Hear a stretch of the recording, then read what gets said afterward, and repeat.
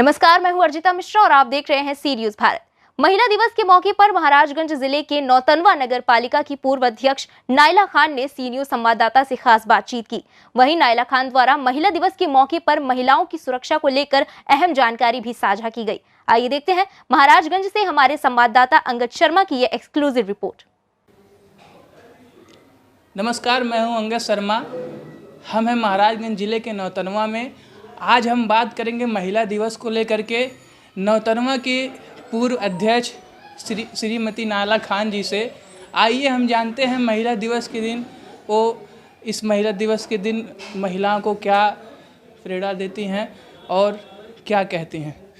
Ma'am, सी news Bharat पे आपका बहुत बहुत स्वागत है।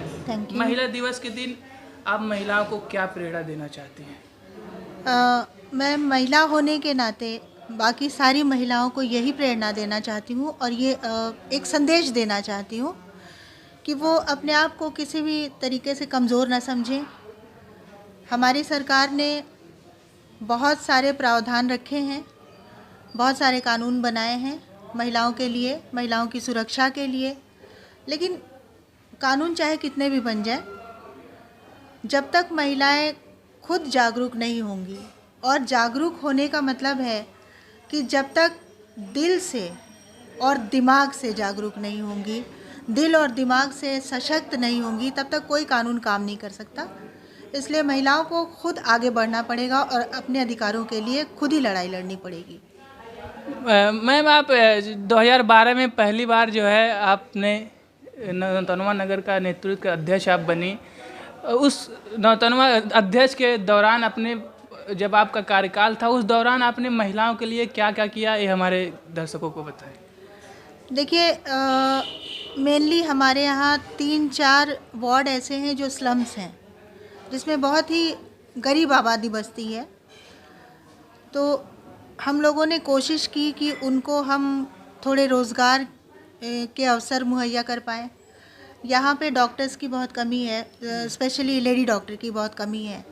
तो हम लोगों की कोशिश होती थी कि अगर कोई महिला बीमार है, और डिलीवरी के केसेस आप लोग अच्छी तरह जानते हैं कि डिलीवरी जब होती है तो अगर प्रॉपर उनको ना मिले ट्रीटमेंट, तो माँ और बच्चे की जान खतरे में होती है। तो हम लोगों की ये कोशिश होती थी कि हम उनको तत्काल चिकित्सा मुहैया करवाएं, या बाहर अगर भेजना हो तो हम एम्बुलेंस की व्यवस्था करवाएं। तो इन चीज़ों पे हमने काम किया, और साथ ही साथ यहाँ के बच्चों की पढ़ाई के लिए भी काफ़ी काम किया। मतलब बोलना तो नहीं चाहिए, कहते हैं नेकी कर कुएं में डाल। जी। लेकिन मेरा ये है कि हर साल कम से कम 5 बच्चों की फ़ीस, जिसमें मेरी कोशिश होती है कि लड़कियाँ हों, तो हर साल 5 बच्चों की फ़ीस मैं खुद अपने पास से देती हूँ। और अभी भी ये सिला शुरू है, अभी तक ये लगातार चल रहा है। और जैसा कि हमारे चेयरमैन साहब अभी जो हैं गुड्डू खान जी, उनसे प्रेरणा ले करके मैंने ये काम करना शुरू किया। उनकी कोशिश होती है, क्योंकि लोग कहते हैं कि आधी आबादी बहुत दबी कुचली रहती है जी। उनकी बात सुनने वाला कोई नहीं होता और उनका साथ देने वाला कोई नहीं होता। तो कोई तो होना चाहिए कि उनकी आवाज़ को आगे तक पहुंचाए। तो उनसे प्रेरणा ले करके मैं, जैसे घरेलू हिंसा होती है, दहेज के लिए लड़कियों को प्रताड़ित किया जाता है, और पढ़ाई में भेदभाव किया जाता है, खाने पीने में लड़कों के मुकाबले लड़कियों के पोषक तत्वों पर कम लोग ध्यान देते हैं। तो इन चीज़ों पे हमने घर की महिलाओं को, उनकी माँओं को, उनकी दादियों को जागरूक करने का बहुत प्रयत्न किया अपने कार्यकाल में भी, और आज तक ये सिलसिला जारी है और हम लोग इस पे काम कर रहे हैं। अभी आपने जो दहेज की बात की है, अभी एक देख रही होंगी वीडियो बहुत तेज़ी से वायरल हुआ, जो पूरे देश में वायरल हुआ। पूरे देश के लोग उस वीडियो के, आयशा की मैं बात कर रहा हूँ, पूरा देश उसके लिए रोया। वहाँ पे दहेज की बात सामने आ रही है, उसको लेकर के आयशा ने जो लास्ट मोमेंट पे वीडियो वायरल करके आत्महत्या कर लिया।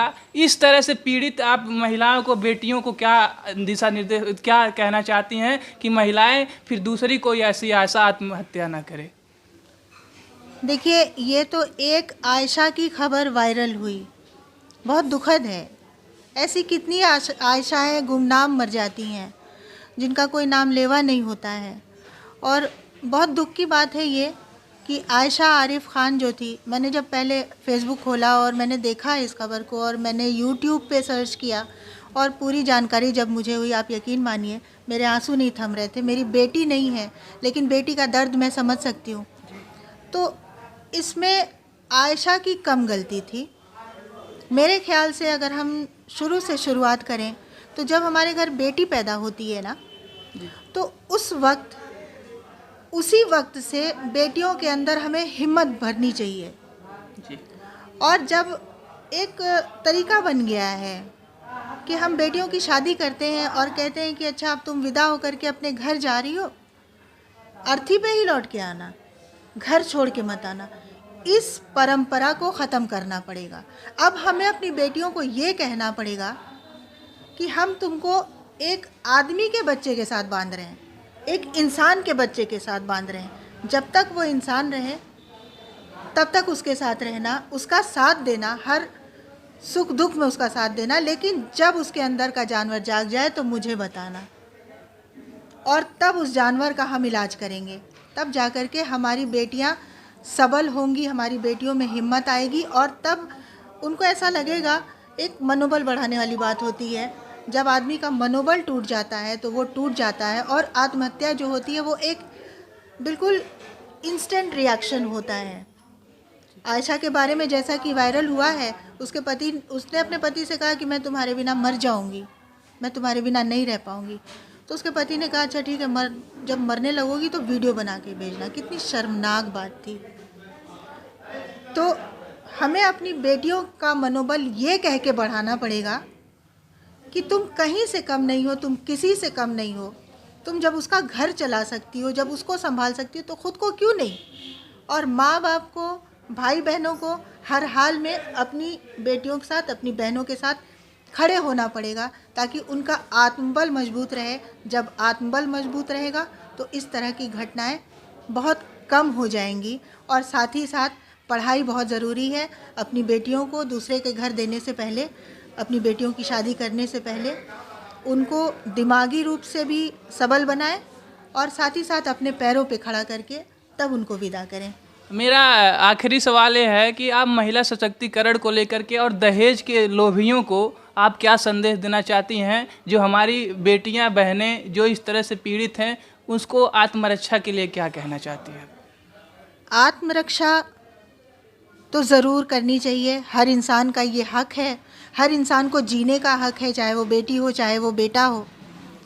मेरा ये संदेश है पूरी दुनिया से, और जिन लोगों तक मेरी बात आपके चैनल के माध्यम से पहुंच रही हैं, कि जितना खर्च हम अपने बेटों पे करते हैं, उतना ही खर्च, उतना ही दुलार, उतना ही लाड हम अपनी बेटियों पे भी खर्च करते हैं। तो सोचिए कि जब बेटे को चोट लगेगी तो माँ बाप पे क्या बीतेगी। और एक बाप, एक माँ अपनी बेटी को 20-22 साल तक पालता है, उसकी पढ़ाई लिखाई करवाता है, उसकी शिक्षा दीक्षा करता है, उसका खाना पीना लालन पालन करता है, और फिर वो किस दिल से अपनी बेटी को, अपने कलेजे के टुकड़े को दूसरे को दे देता है। तो सबसे पहले तो हम लोगों को ये दहेज वाली जो कुप्रथा चल रही है, स्पेशली हमारे देश में, इसको बंद करना चाहिए। हम जो बेटों के माँ बाप हैं, हमें ये संकल्प लेना चाहिए कि वो तो अपनी बेटी दे रहे हैं, वो तो अपना सब कुछ दे रहे हैं, उसके बाद हमें क्या चाहिए। अगर हमारे बेटे में क्षमता है तो वो खुद कमाएगा और खुद एक बहुत अच्छी लग्जूरियस लाइफ जी सकता है। तो बेटियों के साथ साथ बेटों को भी ये समझाना बहुत ज़रूरी है कि अपने आप पर गुमान करो, अपने आप का सम्मान करो। और दहेज एक तरह से भीख होती है जो हम मांगते हैं, जो बेटे वाले मांगते हैं, और बेटी वाले अपनी बेटी के साथ साथ पैसे भी देते हैं। उसको भीख समझें दहेज को, और दहेज को ना करना सीखें।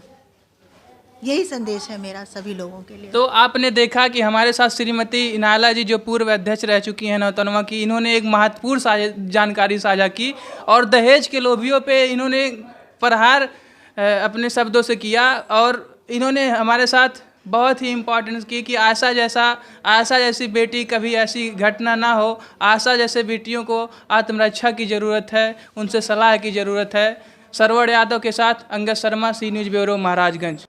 इस वक्त के न्यूज़ आवर में बस इतना ही। देश दुनिया की बाकी खबरों के लिए आप देखते रहिए सी न्यूज़ भारत। हर खबर आपके साथ, आपके हाथ।